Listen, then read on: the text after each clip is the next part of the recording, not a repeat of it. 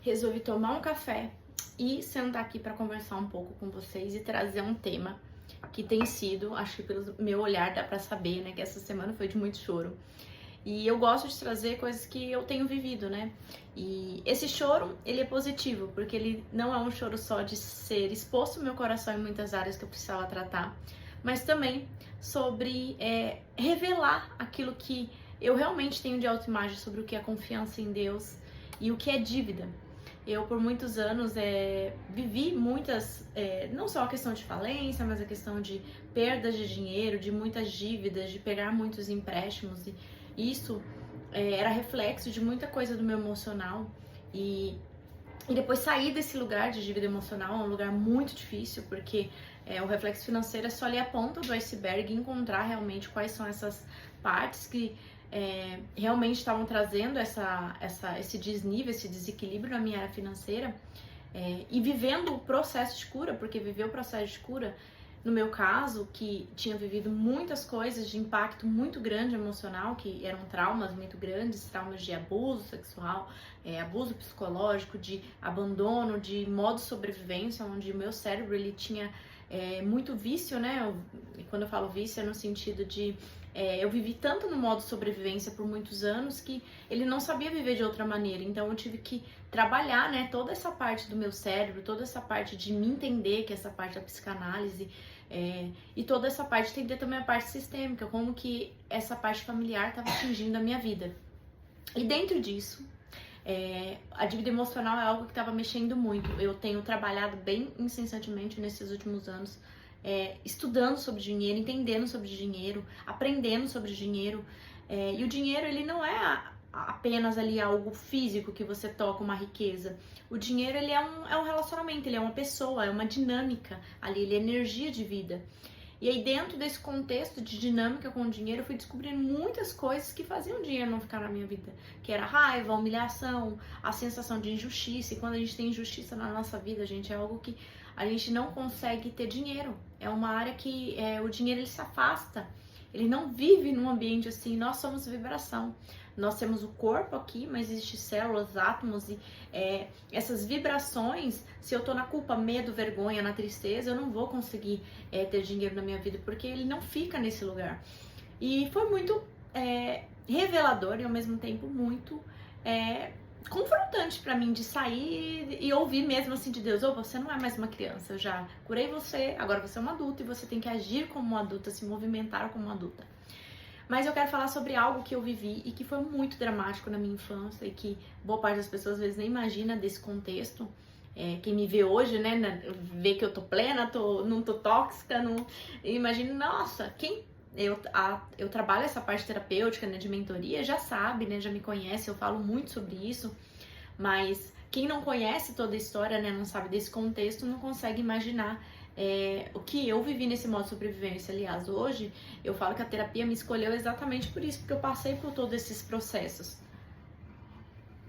E dentro disso, uma das coisas que eu vivi foi que quando, na infância, com 12 anos, a minha mãe foi embora de casa, ela saiu, né, bruscamente por uma situação que estava envolvendo lá a família, e quando ela saiu de casa, foi já um baque muito grande para uma criança ver o meu pai ali naquela situação, ainda meu irmão mais novo, minha outra irmã era casada, já era mais velha. Logo depois, meu pai arranjou outra família, então minha mãe foi com outra família, meu pai arranjou outra família, e poucos meses, eu não sei mais ou menos quanto, porque principalmente quando a gente é criança tudo parece muito intenso, então eu não sei quanto, mas não foi muito tempo. Ele acabou também me expulsando da casa da minha infância, ou seja, e aí eu fui morar do lado na casa de uma tia. E ele entrou com essa família para essa casa, e onde eu fiquei muito abalada, porque eu perdi pai, mãe e casa num contexto assim de poucos meses. E irmão também, né? Porque depois minha mãe veio, buscou meu irmão e acabou que eu fui a única que fiquei com essa tia. E por muito tempo isso me trouxe uma injustiça muito grande, uma sensação de muita raiva. E principalmente com Deus, porque eu já me via com um relacionamento com Deus. Então, viver tudo isso nesse contexto me trouxe uma dor que até esses dias eu ainda vivia essa dor. E não é que eu vivia essa dor eu ainda, há algumas áreas disso eu não queria olhar, porque eu tratei toda essa parte de perdão, de ter gratidão, de honrar os meus pais, de entender aquilo que eles deram, aquilo que eles não deram, de entender o contexto da minha família. Mas isso dessa dívida emocional em si, de humilhação, de injustiça, porque eu me senti muito humilhada como criança ali, de perder toda uma família, de ver outros filhos ainda zombando de mim por terem agora aquela casa, tudo. E eu ficava muitas vezes buscando uma reparação. E eu vou ser sincera, teve uns 3 surtos as últimas vezes. Eu brinco que é surto, mas não é surto, né? Mas é um momento onde eu descarrego. Parece que Deus tem aberto os meus olhos, eu tenho descarregado toda aquela dor, né, de modo de sobrevivência de lá de trás. E quando acontece isso, e sai aquela raiva, porque, gente, a raiva é algo muito importante no processo de cura, porque ela mostra que algo aconteceu, e quando a gente reconhece que algo aconteceu, a gente consegue viver perdão. Mas quando a gente fala, não, tá tudo bem, não tem o que perdoar. Então esse processo é mais longo. Por isso que às vezes a gente tem em atendimento a pessoa que tá fugindo ali do problema e ela precisa ter esse reconhecimento, porque ira e amor, eles caminham juntos. Quando eles não estão caminhando juntos, eles estão numa passividade. E então Deus foi trazendo isso, né? E essa raiva vindo à tona, e quando essa raiva veio à tona, e eu falei, eu não confio em Deus, porque Deus me abandonou lá, me deixou, e eu era uma pessoa que era uma criança, uma adolescente, mas eu vivia na igreja, eu vivia buscando Deus, eu tinha não sei, um amor por Deus que eu não sei explicar, que era muito profundo. E dentro disso, né, desse contexto, né, de vir essa raiva e ter que voltar, entender essa raiva e injustiça, eu comecei a chorar muito, comecei a falar, e eu vi que naquele tempo o meu relacionamento ficou muito abalado com Deus, de achar que não confiava. E ao mesmo tempo, ver uma autoimagem muito boa do que é confiança pra mim, porque quando eu tava trabalhando isso, né, eu lembrei muito da minha mãe de criação, né, que era uma vizinha na época, que eu vejo a maternidade dela, né. Eu tenho a minha mãe de sangue biológica, mas eu tenho muito amor por essa mulher, porque ela trouxe pra mim vida, ela trouxe pra mim Deus, ela foi muito importante pra isso, né, pra que eu hoje tornasse a mulher que eu sou hoje. E ela era uma mulher que vivia muitas injustiças, passou por muitas situações de humilhação que se eu passasse 1% do que ela passou, eu acho que eu não teria suportado. E quando ela passava, ela tinha muita confiança em Deus. E ela se derramava em Deus, e ela buscava em Deus. Isso foi um exemplo pra mim. E isso se tornou minha autoimagem de confiança. Então, por muito tempo eu falava, eu não confio no Senhor. Mas na verdade eu confiava, porque confiança não é só palavras, é a autoimagem que você tem sobre aquilo. E a imagem que eu tenho de confiança é você permanecer, mesmo diante das dificuldades, mesmo diante dos problemas. E eu aprendi isso, me tornou uma pessoa resiliente para chegar até aqui. Só que essas dívidas emocionais, elas afetam o nosso financeiro, elas afetam a nossa vida. E eu buscava uma reparação. E quando eu tive esse momento de chorar e de colocar tudo isso pra fora, uma das coisas que, de repente, eu chorei tudo, coloquei tudo pra fora e eu orei. E foi engraçado porque antes, né, por muito tempo eu fui muito depressiva, e antes de curar a depressão, que foi algo assim muito forte, até pelas tentativas de suicídio, pela dor que eu sentia, né, eu lembro que eu não conseguia fazer as coisas. Então, se eu tava mal, eu não fazia nada. E aí eu tava chorando muito, porque eu tinha saído de uma mentoria, de uma aula, e aquilo mexeu tanto comigo, porque trabalhou essa parte de injustiça. E aí eu entrei chorando, mas chorando tanto. E aí quando eu tava chorando muito, eu lavei a louça, eu tomei banho, eu me arrumei, passei meu perfume, tudo chorando. E aí eu deitei, e aí quando eu deitei, eu senti um silêncio, mas um silêncio tão grande na casa.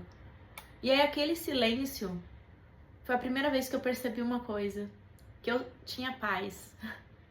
Que mesmo com esse turbilhão que tava saindo pra fora, mesmo com essa dor, e eu consegui orar, eu consegui me movimentar. Aquilo já não tinha autocontrole sobre mim. E a maior reparação, as pessoas brincam muito comigo, principalmente no atendimento, assim, Elaine, você tá sempre plena.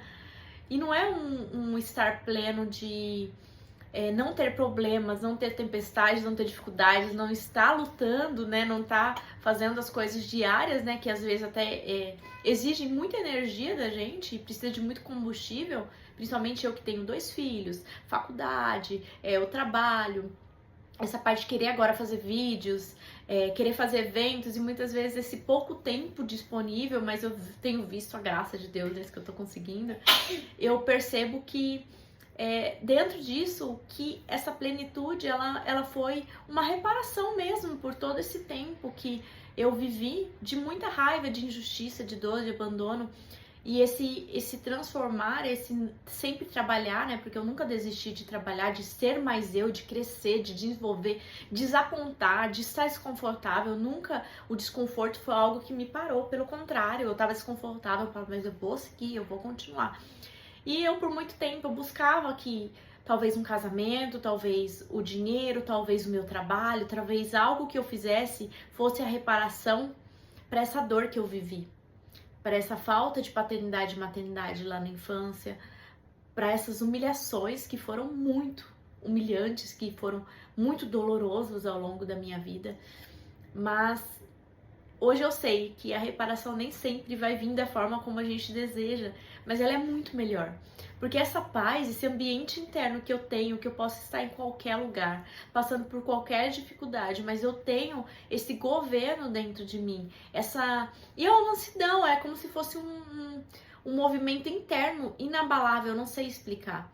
E eu sei que muitos buscam uma reparação para que essa dívida seja sanada. Falar, não, eu não vou viver isso enquanto eu não for reparado, porque foi algo que eu vivi muito buscando essa reparação. Mas hoje eu sei que eu já recebi, que eu até falei com Deus, né? Eu falei, Deus, mas por que eu faço tudo por você e você não faria nada por mim? Olha a cabeça da pessoa, né? E aí o Senhor falou comigo, mas eu já fiz. Ele já fez lá na cruz, ele já deu todas as possibilidades, ele já entregou tudo com a morte de Jesus lá na cruz. E é só você ir lá e pegar.